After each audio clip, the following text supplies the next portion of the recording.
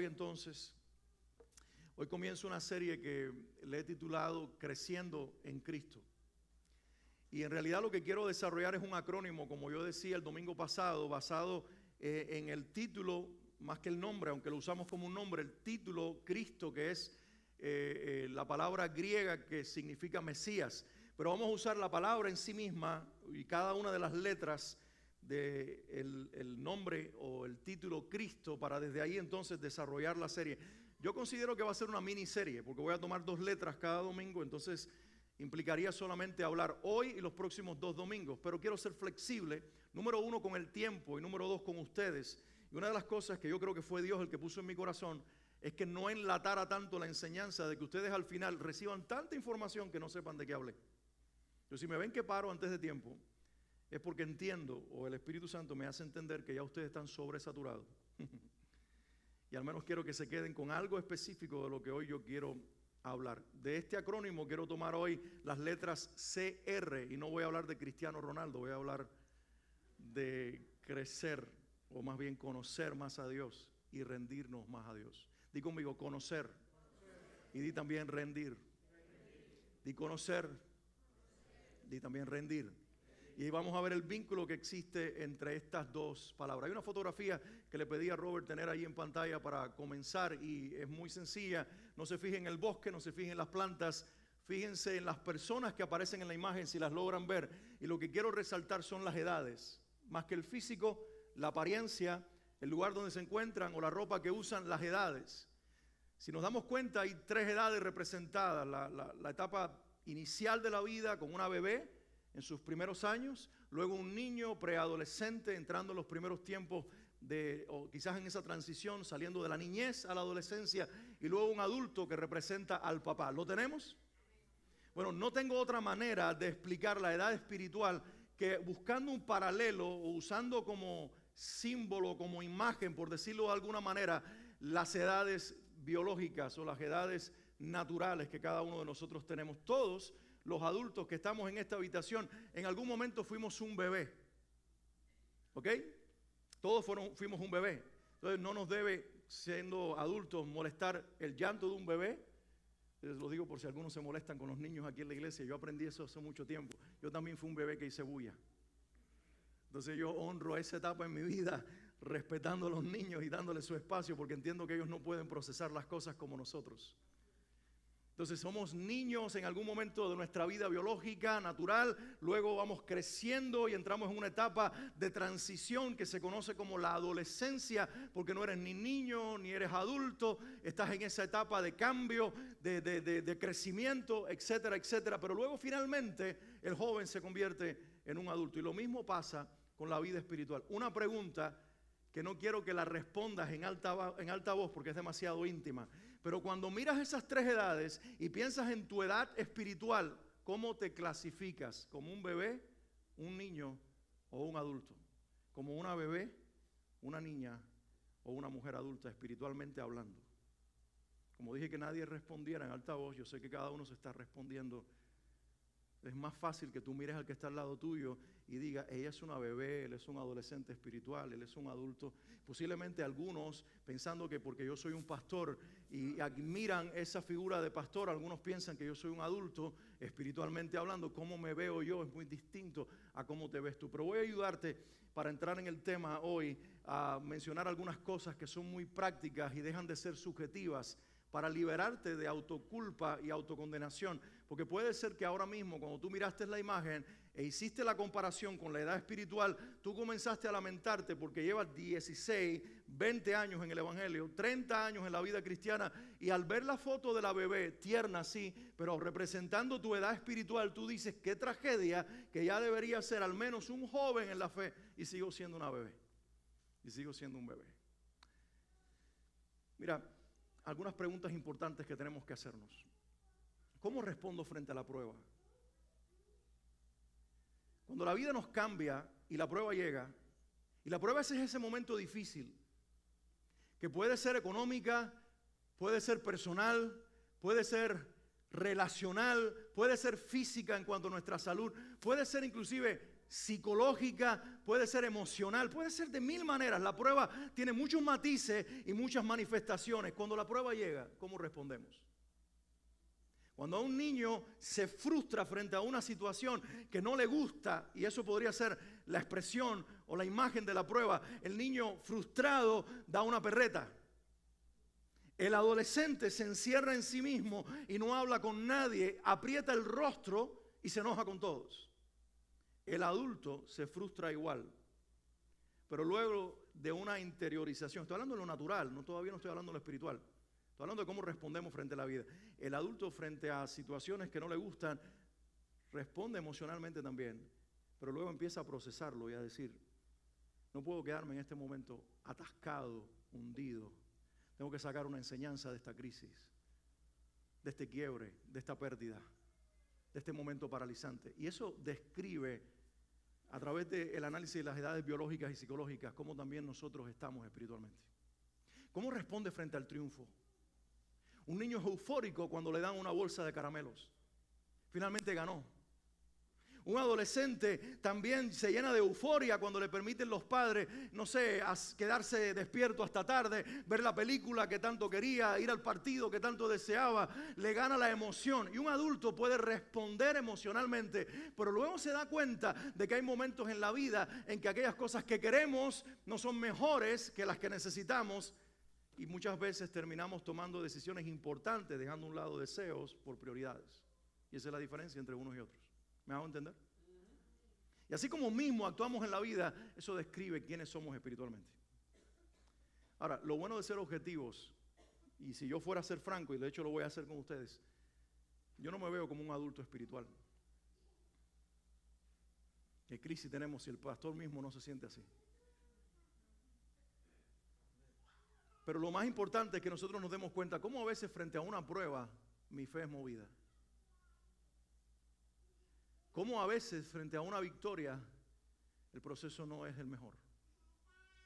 No solamente quiero crear una identificación contigo, quiero mostrarte que nuestra humanidad está en total crecimiento y esa estatura de Cristo que habla Pablo a los Efesios en el capítulo 4, que te invito a leerlo personalmente, no es algo que se alcanza una vez y para siempre, sino que es un proceso que dura toda la vida. Y lo que estoy tratando de decirte, que independientemente de que ya yo no sea un bebé en la fe, ni tan siquiera un niño, yo estoy creciendo también todos los días, independientemente de mi posición como pastor frente a una iglesia. Soy un ser humano que tiene actitudes inmaduras espiritualmente frente a crisis y situaciones de la vida, y en lugar de yo caer en la autocondenación, eso me lleva al compromiso de pedirle al Espíritu Santo que use todos los recursos que tiene para seguir produciendo en mí el crecimiento que dará al traste con el reflejo de Cristo a las personas que me ven vivir. Porque la inmadurez entonces sería hundirnos en la depresión y caer en la autocomiseración, la autolástima, y comenzar a decir, Señor, perdóname porque soy un niño debiendo ser un adulto, cuando la respuesta madura espiritualmente, ahora sí hablando, debería ser: reconozco que no estoy donde debería estar, pero reconozco que el que me va a llevar a esa estatura ya vive dentro de mí y está produciendo un deseo de buscar los recursos espirituales que me ha brindado para que yo pueda seguir en el proceso de seguir creciendo hasta que Cristo sea más visible y reflejado por medio de mí.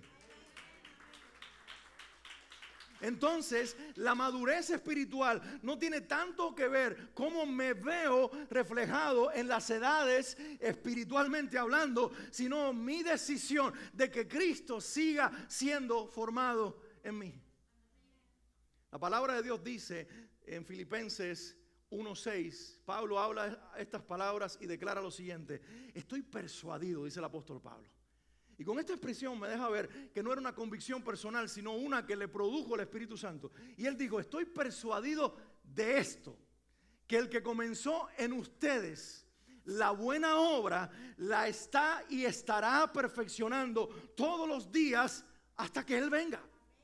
Entonces Pablo lo que está diciendo es: cuando yo empecé como ministro y veía a la gente creyendo en Cristo, mi inmadurez me hacía pensar que tu confesión de fe hoy ya te cambiaba totalmente en una nueva persona y nunca más ibas a mentir, nunca más ibas a ofender, nunca más ibas a hacer nada malo. Pero me persuadió el Espíritu Santo y me dejó ver que mientras hay una obra interior que el Espíritu está realizando, afuera muchas veces se nota tu inmadurez. Y en lugar de eso, alejarme de ti porque no estás en el nivel donde deberías estar, me acerco a ti para ser usado por el Espíritu Santo, porque creo que los dos nos necesitamos para que el que nos está madurando continúe la obra de hacer que Cristo sea formado en nosotros. ¿Y hasta cuándo durará eso? Que nadie se canse en la iglesia. Di conmigo, hasta que Él venga. Por si estás en la iglesia y de momento dices, ay, yo pensaba que esta persona tenía un mejor carácter. Uy, bienvenido a la realidad. Aquí todo tiene un moño virado, todo el mundo. Aquí todo el mundo se levanta con un pie izquierdo. Aquí todo el mundo tiene una pata con la que cojea. Aquí todo el mundo tiene un defecto personal. Y a veces ese defecto está bajo el gobierno de Cristo, pero otras veces se subleva y se revela. Entonces tú que estás siendo persuadido como Pablo por el Espíritu Santo, en lugar de alejarte de tus hermanos por los defectos que ves en ellos, acércate para que la gracia de Cristo en ti te use para provocar transformación.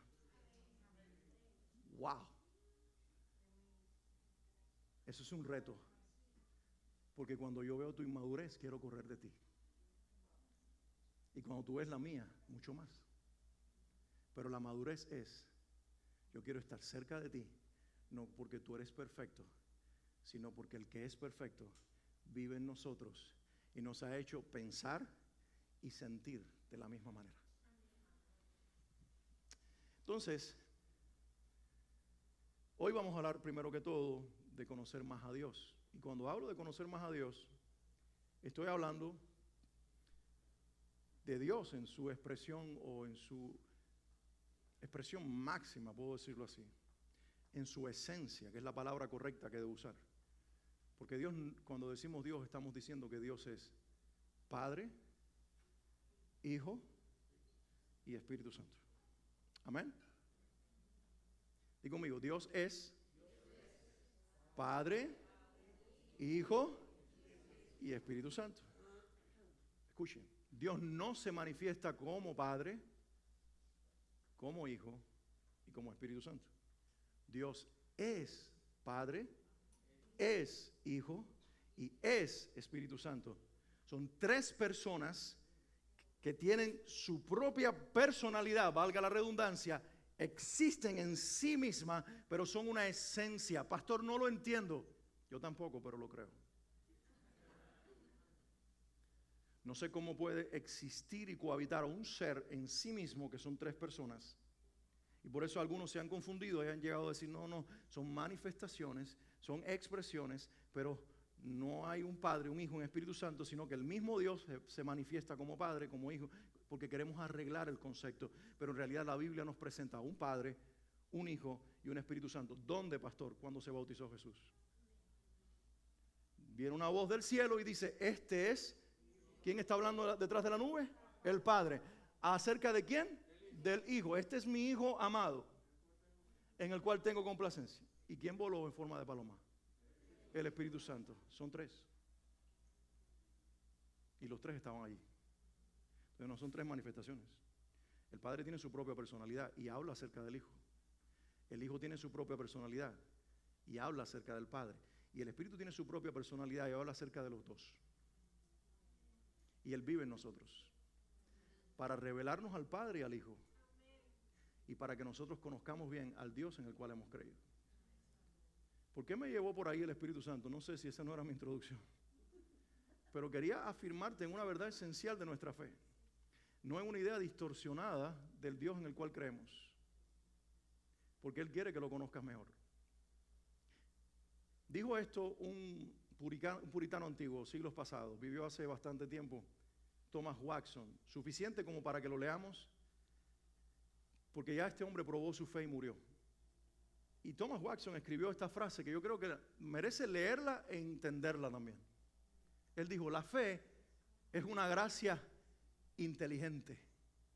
Aunque puede haber conocimiento sin fe, no puede haber fe sin conocimiento. Míralo una vez más, porque esto está demasiado profundo. La fe es una gracia inteligente. Aunque puede haber conocimiento sin fe, porque cuánta gente conoce cosas y no son gente de fe. Y es válido ese conocimiento, porque creen y conocen la ley de la gravedad como nosotros que tenemos fe la conocemos.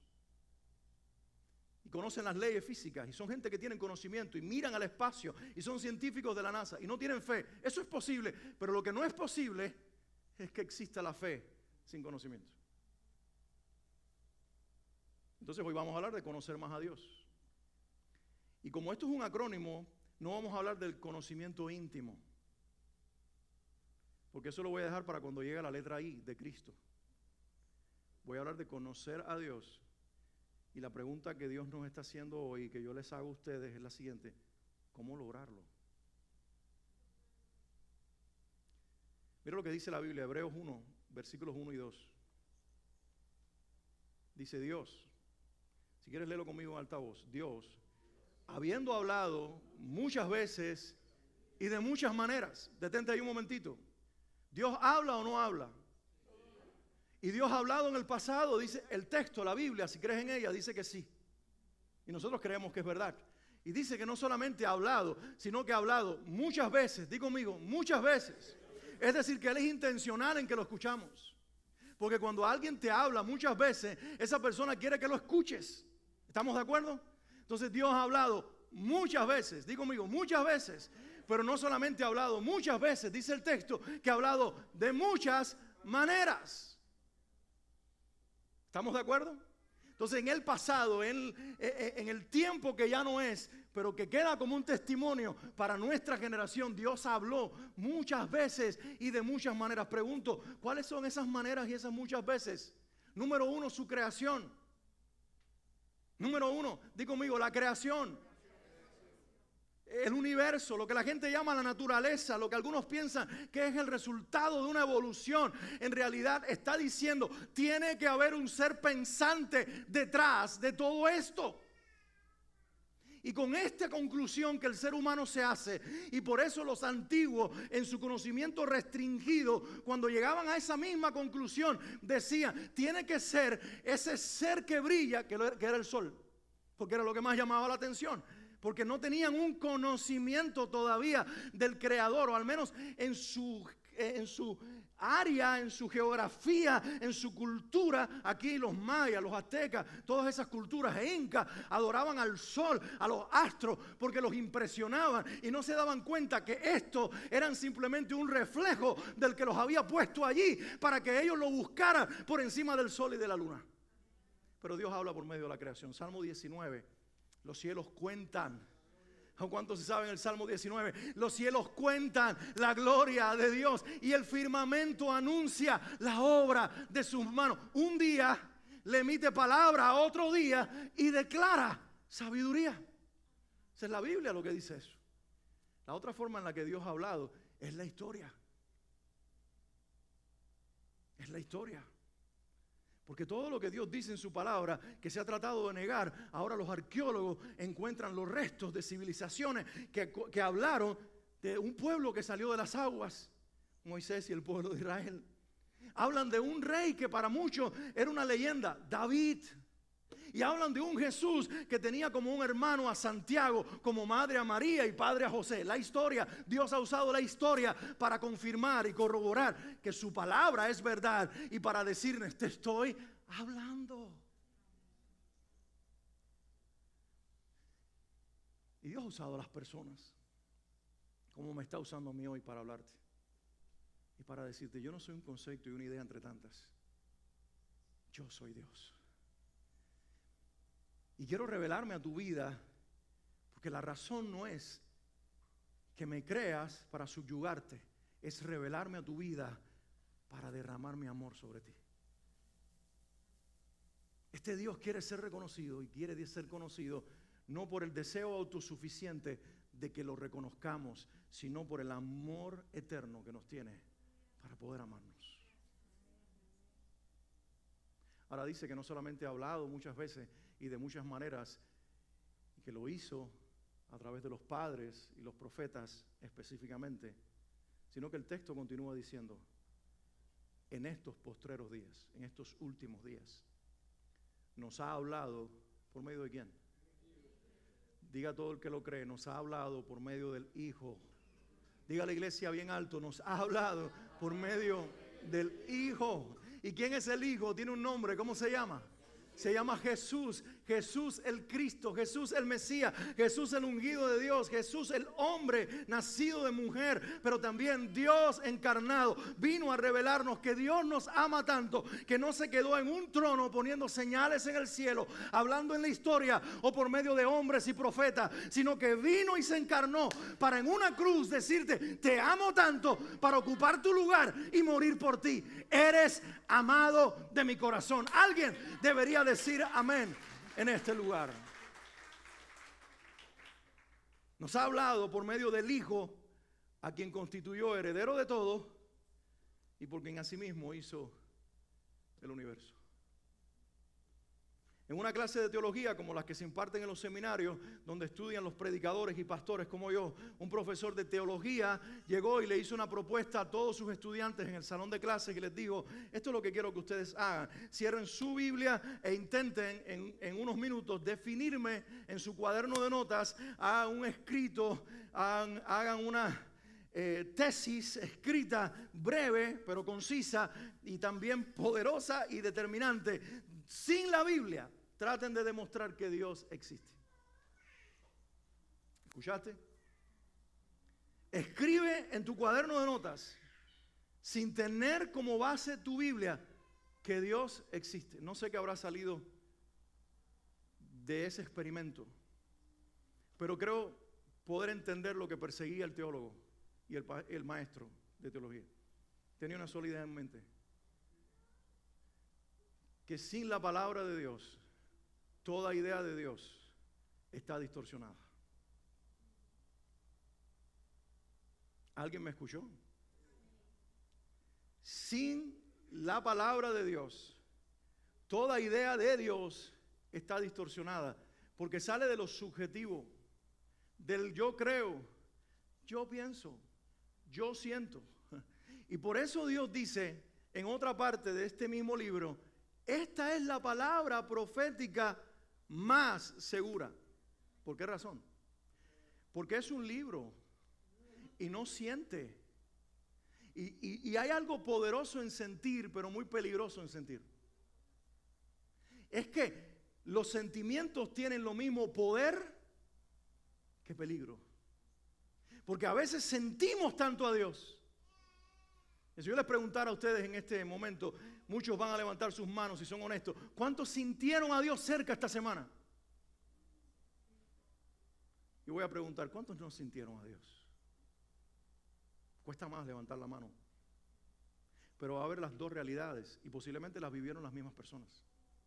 Puede ser que el lunes sentiste a Dios profundo, puede ser que el domingo lo sentiste como nunca, pero cuando llegó el martes y se te fue acabando la gasolina, ¿dónde estás, Señor? Cuando te mandaron una noticia equivocada, o cuando el médico dio un diagnóstico, o cuando vino la prueba del trabajo, o cuando vino la situación, empezaste a dejar de sentir a Dios. ¿Por qué? Porque son tus sentimientos, las emociones, las que comienzan a filtrar tu sentir o tu creencia de Dios. Por eso Dios dijo, la manera más segura es que hombres inspirados por mí escriban en un texto, en una letra fría, mi revelación, para que cuando sea leída por gente que siente y piensa, lo que piensa en la razón y lo que siente en el aparato emocional sea afectado por una verdad inmutable que no cambia y finalmente sean transformados.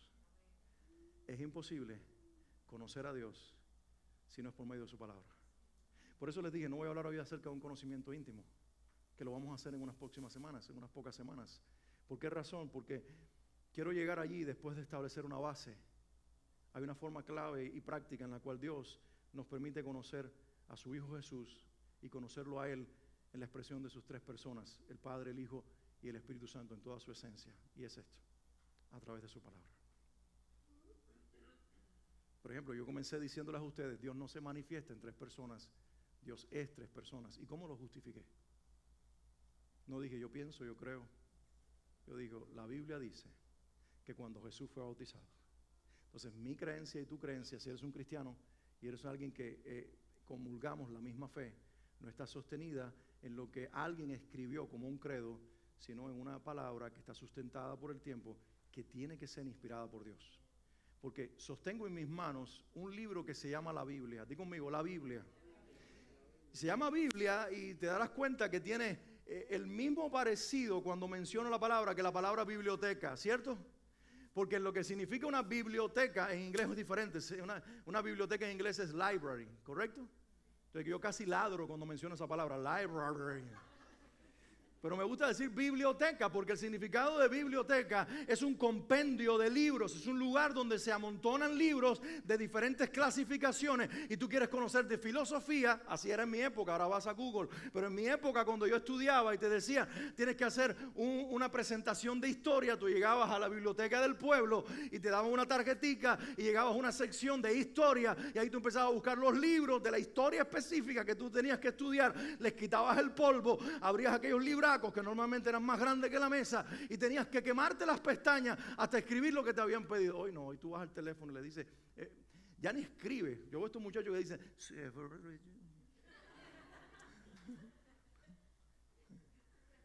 ya ni quieren marcar, y el dedo se les va a atrofiar. El único que funcionaba en esta generación ya no funciona, es la lengua para decir, oye Siri, hey Siri. Pero igual hay conocimiento e información. Yo no estoy peleado con la tecnología. Pero lo que han hecho ahora es meter toda esa información en una bitácora electrónica. Pero el concepto es el mismo. Ay, ay, ay, Dios mío. Di conmigo, Biblia. Se llama Biblia porque es el compendio de 66 libros que en un periodo de 1000 años fue escrito por al menos 40 personas. Por ponerte un ejemplo, hubo un hombre que vivió 700 años antes de Jesús que se llama Isaías. Y si tú lees los más de 60 capítulos del libro de Isaías, vas a encontrar una serie de declaraciones acerca de un judío llamado Jesús, que él no lo llama Jesús en su profecía, pero va diciendo todas las descripciones que luego se dijeron que Jesús confirmó con su existencia. Nacería de una virgen en Belén, se iría a Egipto, sería visitado por magos o astrólogos orientales, recibiría regalos y dice específicamente, por cierto, Isaías es el que desafía la idea de Melchor, Baltasar, ¿y quién es el otro? Él dice que era una caravana de hombres de Oriente, reyes del Oriente, lo llama Isaías, que vienen con regalos, con oro, con incienso, con mirra. Y ahí está. Y luego vemos en la historia de Jesús que entran estos hombres en la escena. Dice, a mi hijo llamé de Egipto, dice la profecía. Y son gente que vivieron 700, 600 años antes de Jesús, que no hay manera de que Jesús hubiera podido cumplir todo eso falsificándolo, porque un bebé no puede decir antes de ser un embrión, voy a meterme en el vientre de una mujer virgen, que voy a nacer en un pueblo llamado Belén. Eso simplemente no podía ser, y la historia lo registra, la historia lo confirma y la Biblia lo declara, lo cual hace que de estos 40 hombres que en 1000 años escribieron la Biblia sin ponerse de acuerdo en épocas diferentes, algunos contemporáneos, otros que no se conocieron entre sí, coincidan con tanta exactitud, es que ellos simplemente fueron escritores y alguien estaba soplando la inspiración llamada profecía, llamada palabra de Dios. Era ese ser que no vemos, pero que es real y existe, que quería por medio de la escritura afectar nuestro conocimiento para decirnos, por favor, no vivan sin conocerme, porque ustedes no existen sin una relación personal conmigo. Yo quiero retarte que en los próximos días conozcamos a Dios por su palabra. Y tú vas a ver cuánto creces en tu fe. Porque muchas veces dices, he dejado de sentir a Dios, pero tu Biblia tiene 10 capas de polvo. O la aplicación en la Biblia, vamos a hacer más moderno, tu aplicación, no le haces un update hace semanas y no la usas, no sabes ni tan siquiera que no abre esa aplicación. Entonces, ¿qué pasa? Que la falta de Biblia, la falta de pan del cielo que tú comes, te mata la fe, porque la fe viene por el oír, y por el oír la palabra de Dios, y sin fe es imposible agradar a Dios. ¿Ves la conexión? Mi relación con Dios se vuelve agradable a Él por medio de la fe, pero la fe en sí misma es alimentada por los dichos de su boca que están encerrados en 66 libros que fueron escritos a través del tiempo por 40 hombres que algunos de ellos no tenían ni idea de lo que estaban diciendo, pero declararon cosas maravillosas. Por ejemplo, un hombre llamado David dice, ninguno de sus huesos será roto. David dice, mi barba han alado. Y todo lo que está diciendo él no le sucede a él. Está hablando de Jesús. No verá corrupción mi cuerpo. Y David se murió, dice el escritor de Hebreos que yo mencioné este texto. Dice, David está muerto, su cuerpo se corrompió. No hablaba de él, David hablaba en primera persona porque estaba siendo un profeta hablando de Jesús que no se corrompió en la tumba porque al tercer día resucitó.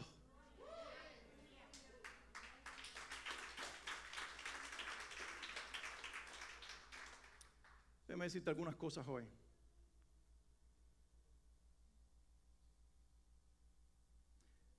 Lo importante que es conocer a Dios por medio de su palabra.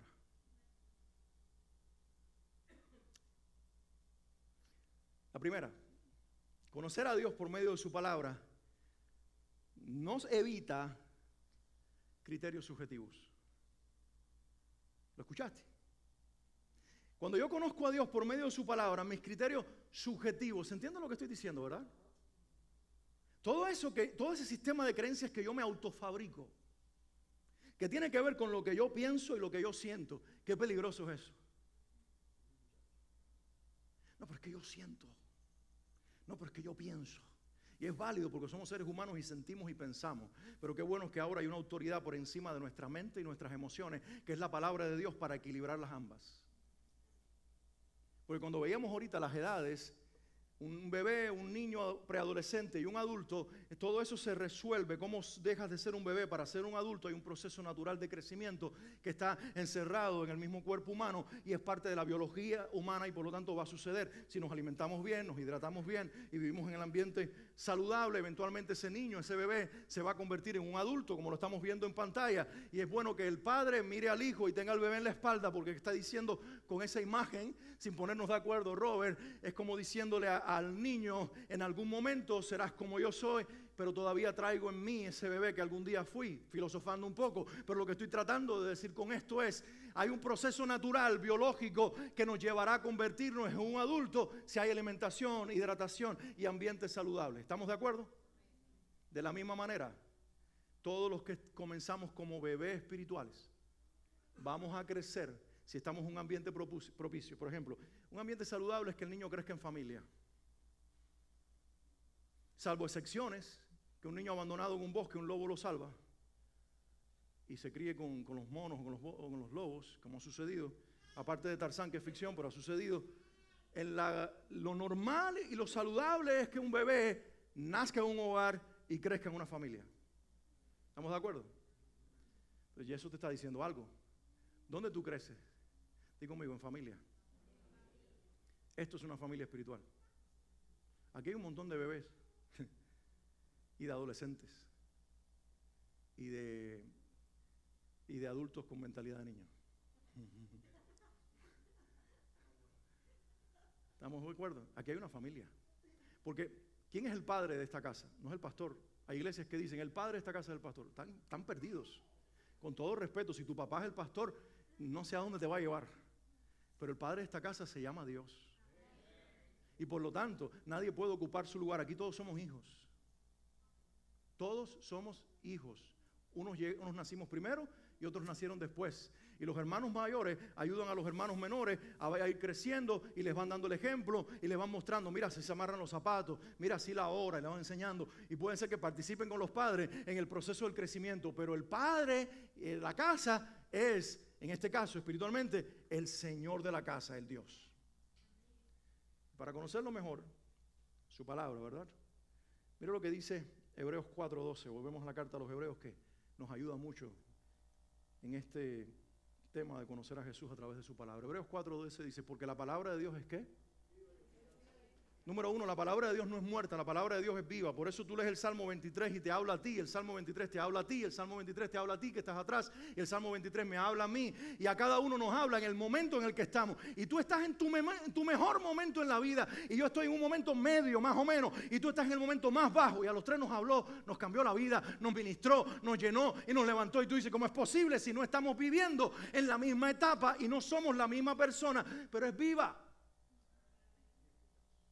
Y además dice que es eficaz.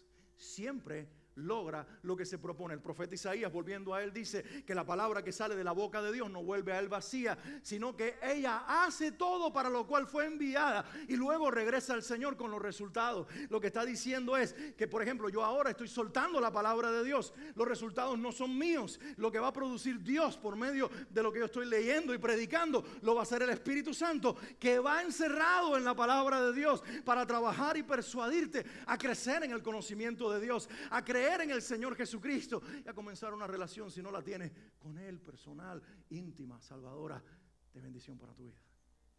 Eso se lo dejo a Dios, porque en su palabra está encerrada la vida y la eficacia del poder de Dios. Pero además dice que esta palabra no solo es viva y eficaz. ¿Qué más es, iglesia? Dice que es más cortante que toda espada de dos filos. Esto ahora se vuelve interesante porque dice que la Biblia cuando entra viene cortando. Viene cortando. Entonces los creyentes, en lugar de usar la Biblia para darle a los demás, la deberíamos usar, abrirla y leerla para que Dios nos corte a nosotros. Hay gente en la iglesia que tiene la Biblia y a veces hemos cometido nosotros ese pecado de coger la Biblia y usarla para darle golpe a los demás y tratar de reformarlo cuando la reforma la produce el Espíritu Santo. El papel de los demás es persuadir al que está equivocado, pero el de Dios es traer reforma y no podemos ocupar su lugar. Pero lo importante es abrir la Biblia para que Él hable a nuestras vidas y como una espada cortante comience como buen cirujano a cortar donde sea necesario para el bienestar de nuestras vidas. Es más cortante que toda espada de dos filos y penetra. Di conmigo, penetra. ¿Hasta dónde penetra?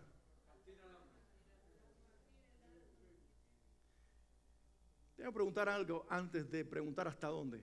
¿Por dónde penetra? Te voy a decir algo. Como está escrito en letra, penetra por la mente. No penetra por las emociones. Penetra por aquí. Y cuando entra aquí, como es espiritual, no se queda en la razón. Dice que penetra, ya entró por la capacidad cognitiva y racional tuya, por la capacidad de entender tuya. Por eso el entendimiento espiritual y el entendimiento natural deben estar de la mano, porque el entendimiento natural da lugar entonces a que haya algo espiritual que suceda dentro de ti. Es difícil de explicar, pero es una realidad. Y Dios comienza a afectarte por la mente, pero no se queda ahí, penetra. Di conmigo, penetra hasta partir el alma. La palabra alma en el griego es psique. Y entonces comienza a hablar ahora del aparato emocional y psicológico del ser humano. El poder de la palabra para trabajar con tu mente, para trabajar con tu alma, para trabajar con el asiento de tus emociones. ¿Alguien cuando tiene miedo siente aquí algo? Cuando te estás enamorada y ves a ese muchacho hermoso, ese príncipe azul, ¿sientes algo aquí? Que revolotea, dicen. ¿Verdad que sí? El miedo se siente aquí. Vamos, levante la mano todo el que ha sentido miedo y dice, ay, aquí. ¿Cuánto alguien que ha sentido una emoción fuerte de que nos vamos de vacaciones? Ay, qué rico. ¿Alguien ha sentido aquí? Rompimos el ayuno, vamos a comer carne. ¿Alguien lo ha sentido aquí? Muchacho, ¿cómo se siente aquí? Mira esto, mira lo que han descubierto los científicos. Al punto de decir que tenemos dos cerebros. Porque en los intestinos, en el intestino delgado del ser humano, si hay un médico después me corrige, en el intestino del ser humano hay los mismos sensores neurológicos que están en el cerebro. Por eso, como tú piensas y sientes, afecta tu estado e inclusive cómo procesas los alimentos. Pero la palabra de Dios entra por la mente y no se queda allí. Se mete en todo el aparato neuropsicológico y comienza a afectar las emociones y a traer sanidad y a resolver todos los asuntos corpóreos y emocionales del ser humano y alinearlos con el corazón de su Padre, para que ahora ese cuerpo que por sí mismo no funcionaba bien, la fe y la palabra lo comiencen a sanar y a alinear con el propósito de Dios. Por eso cuando yo descubro mi edad espiritual, en lugar de lamentarme, mi meta es: hazme crecer más, Señor, para que en algún momento yo llegue, mientras sigo creciendo, a un estado en el cual el Espíritu Santo pueda afectar mi edad biológica por causa de mi condición espiritual, pero también lo que soy psico y emocionalmente sea afectado por lo espiritual y no a la inversa. ¿Cómo yo sé que tú estás parando de crecer cuando tú dices: no siento, la alabanza hoy estuvo medio muerta? Porque no aplaudimos suficiente, porque la batería no sonó mucha. Pero cuando tú eres espiritual, no es el nivel ni los decibeles de la música, es tu fe la que te hace creer que lo sientas o no lo sientas, Dios siempre está en la iglesia. Entonces, ¿qué pasó ahí? Que hubo un cambio producido por la palabra que te hizo entender que la fe y Dios no es procesado por los sentimientos, sino que los sentimientos son procesados por la palabra y afectan lo que yo siento. ¿Alguien está conmigo? Entonces, lo subjetivo comienza a ser transformado y ya yo no dependo de lo que siento ni lo que pienso. Penetra hasta partir el alma, el espíritu. Y ahora llega a las coyunturas y los tuétanos. Y discierne los pensamientos y las intenciones del corazón. Porque más engañoso que el corazón, dice la Biblia, no lo hay. ¿Quién lo conocerá? ¿Sabes quién lo conoce? Esta es la respuesta. Dios lo conoce. Porque mientras tú no puedes discernir ni tu propio corazón, con su palabra Él lo discierne y te pone en un estado donde tú dices: déjame detenerme de esta locura y someterme a la verdad de Dios y vivir en la verdad de Dios. ¿Hay alguien aquí conmigo? Entonces, el creer en Dios a través de su palabra y conocer más a Dios por medio de su palabra te evita fabricar criterios subjetivos. Dos verdades más y con estas paramos hoy, porque ya el tiempo sigue corriendo y vemos lo de rendición la semana que viene. Número 2, conocer a Dios por medio de su palabra nos somete a todo lo que Él quiere hacer en nuestras vidas. ¿Alguien me escuchó? Cuando yo vengo a la palabra de Dios, como esa palabra es viva y eficaz, di conmigo, viva y eficaz. Esa palabra logra que yo me someta al Dios que habla a través de este libro. Y por eso esto es un libro espiritual. Porque cuando yo leo a Sócrates, yo no me someto a Sócrates.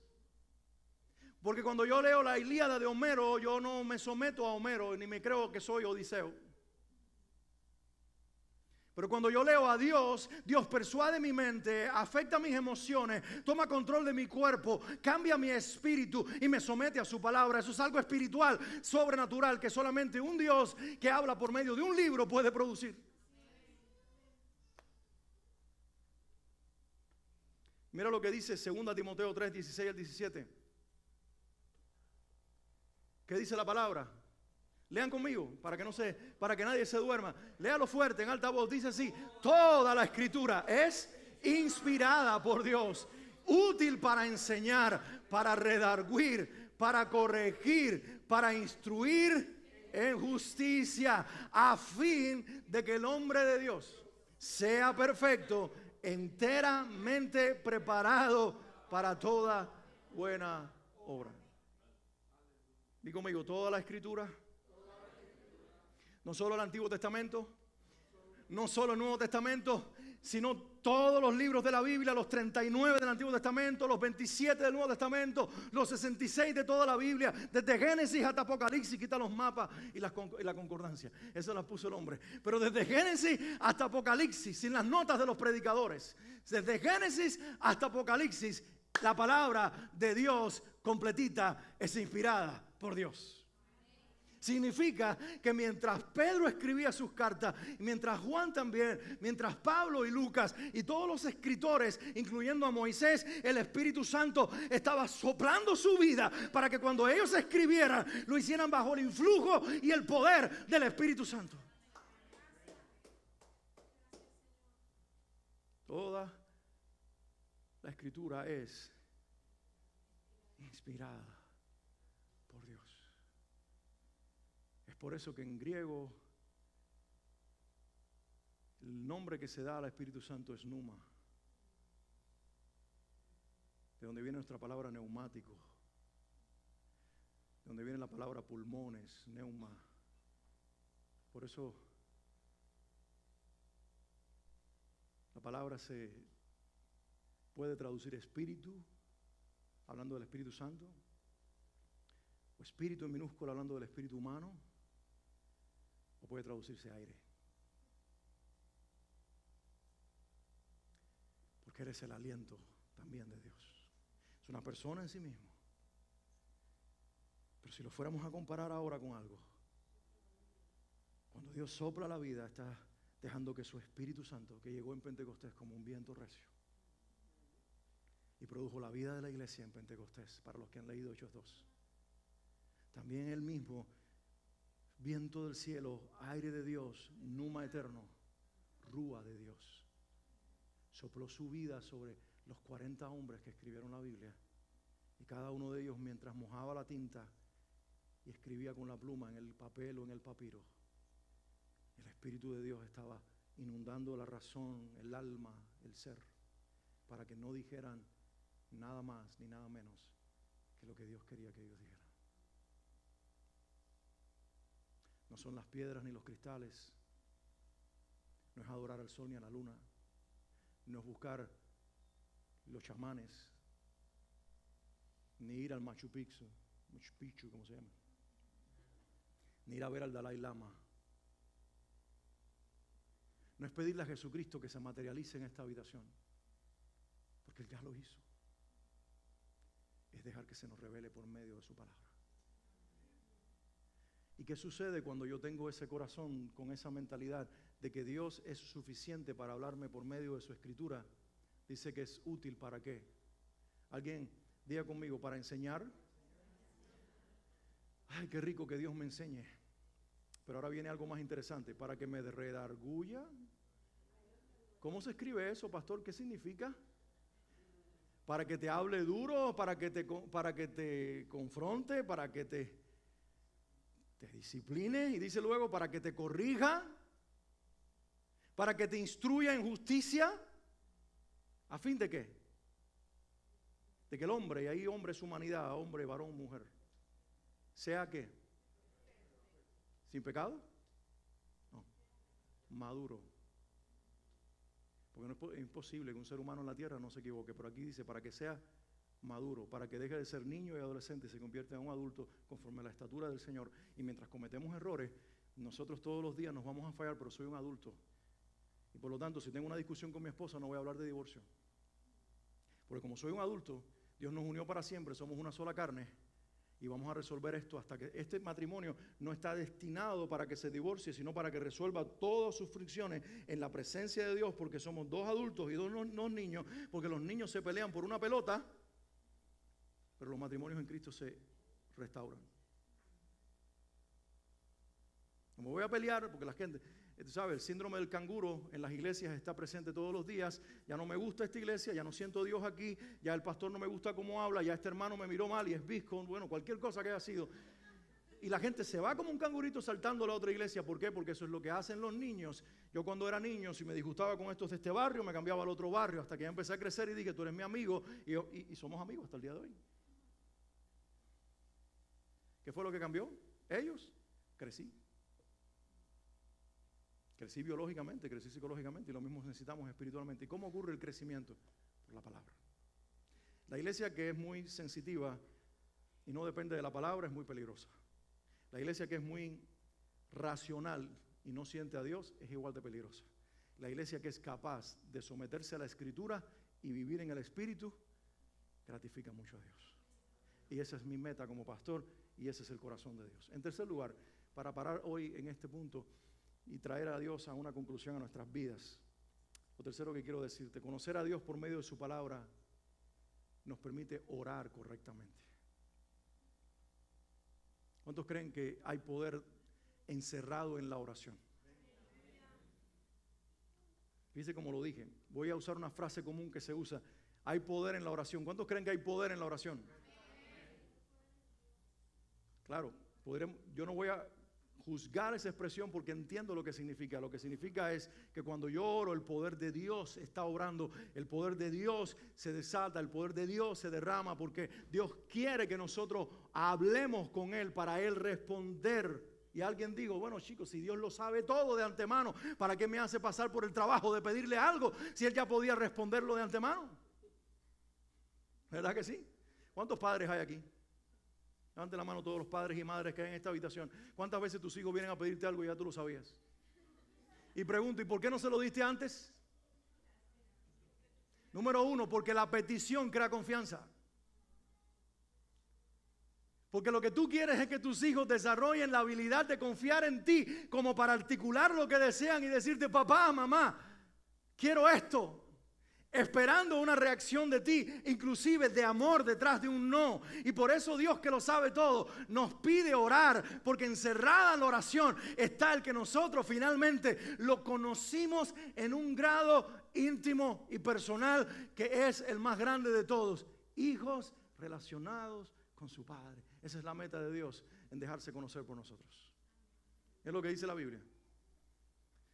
Si permanecen en mí, Juan 15:7, si permanecen en mí y mis palabras permanecen en ustedes, pidan todo lo que quieran y les será hecho. El pueblo de Dios dice, amén. El pueblo de Dios dice, amén.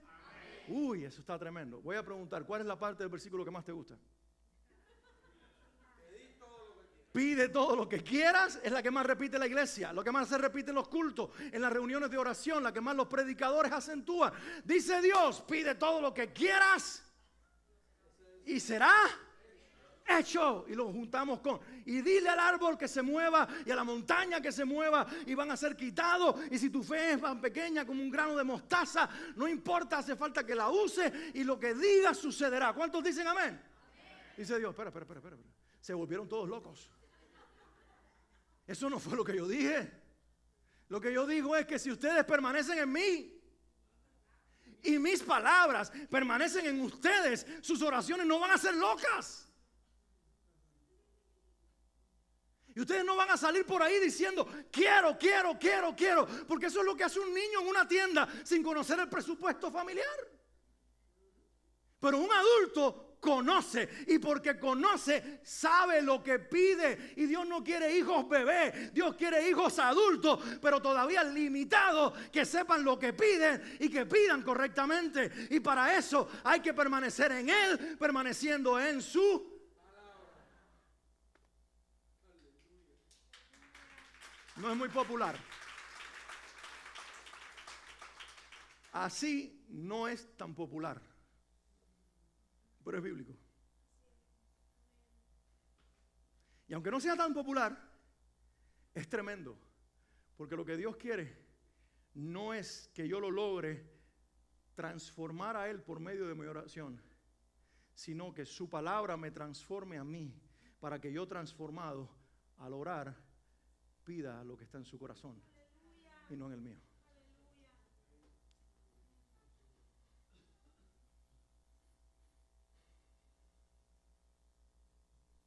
¿Cuántos quieren ser millonarios aquí? Mira, voy a pedir a todos que cierren los ojos y tú levantes las manos. Yo sé que ok, si eres suficiente valiente como para levantarlo con las manos, con los ojos de los demás abiertos, levanta tu mano. ¿Cuántos quieren ser millonarios?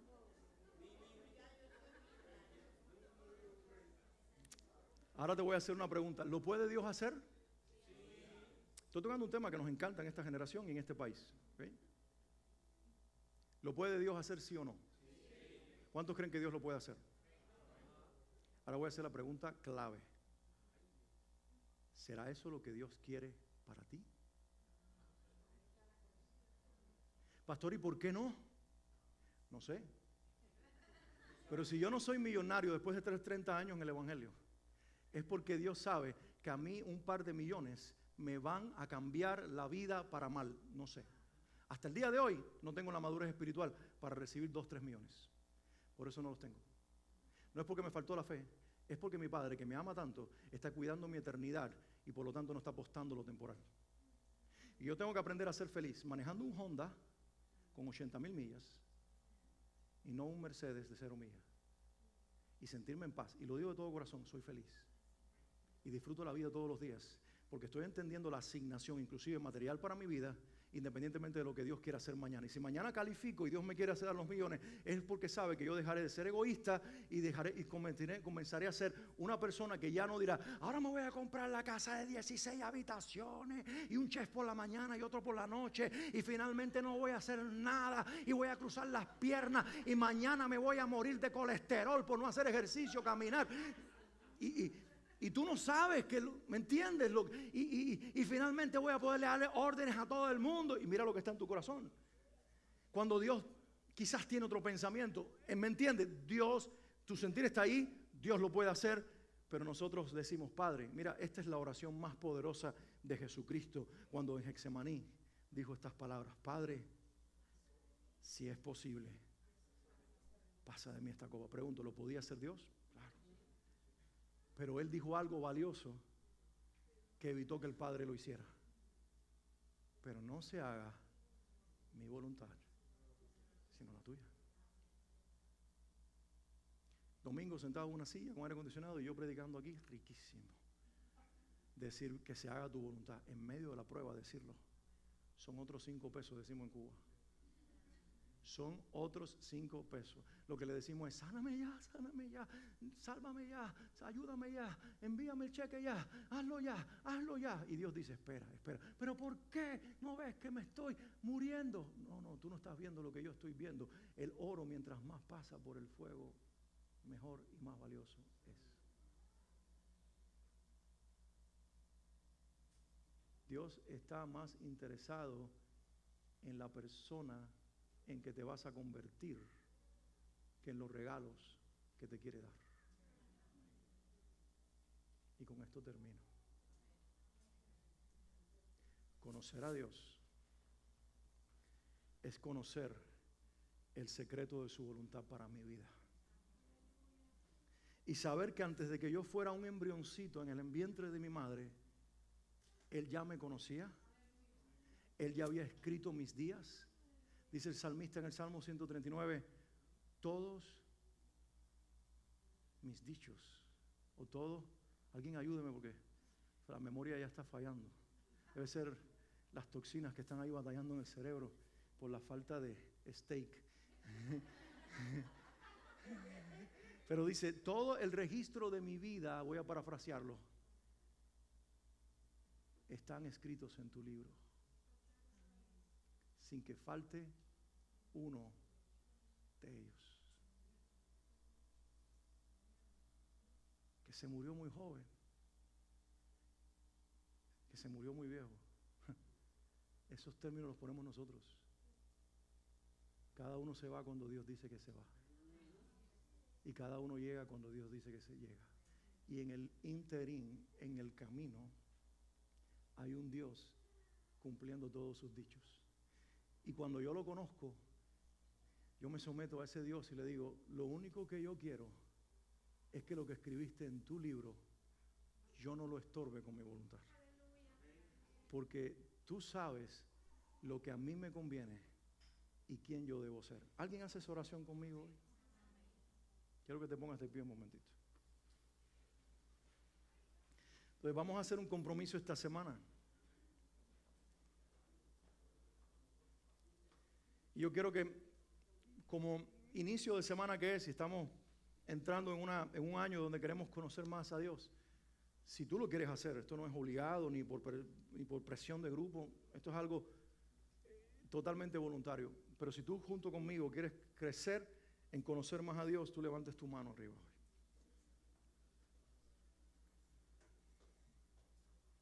Y tú hagas esta oración conmigo. Y y le digas, solamente vamos a hablar de esta semana y que esta semana marque el resto de los años, de los días de este año.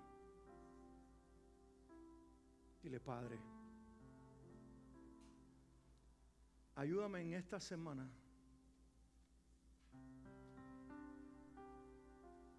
a conocerte más por medio de tu palabra, la Biblia. Que todas mis ideas emocionales y todas mis ideas humanas que yo me he creado, que no son verdad, sean disipadas por la verdad de tu palabra esta semana. En esta semana, Señor, quiero, mientras me someto a tu palabra, también someterme a ti y a tu voluntad. En esta semana, cuando ore, quiero orar correctamente. Porque tu palabra dice que pedimos y no recibimos porque pedimos mal, para gastar en nuestros deleites. Pero tu palabra también dice que si yo permanezco en ti y tu palabra permanece en mí, yo pediré todo lo que quiera y me será hecho. Porque tu palabra habrá producido en mí un querer diferente. Y es el querer de tu voluntad. Quiero crecer en el conocimiento de Jesús. Creciendo en el conocimiento de tu palabra. Alguien ora conmigo audiblemente eso en este lugar. Quiero crecer en el conocimiento de Jesús, creciendo en el conocimiento de tu palabra. Ayúdanos, Espíritu de Dios, mientras leemos la Biblia, a entenderla y a comprenderla, para que la vida del Hijo, Señor, sea cada vez más implantada en nosotros, la iglesia, para revelar lo mejor a nuestra generación. En el nombre de Jesús. Amén y amén.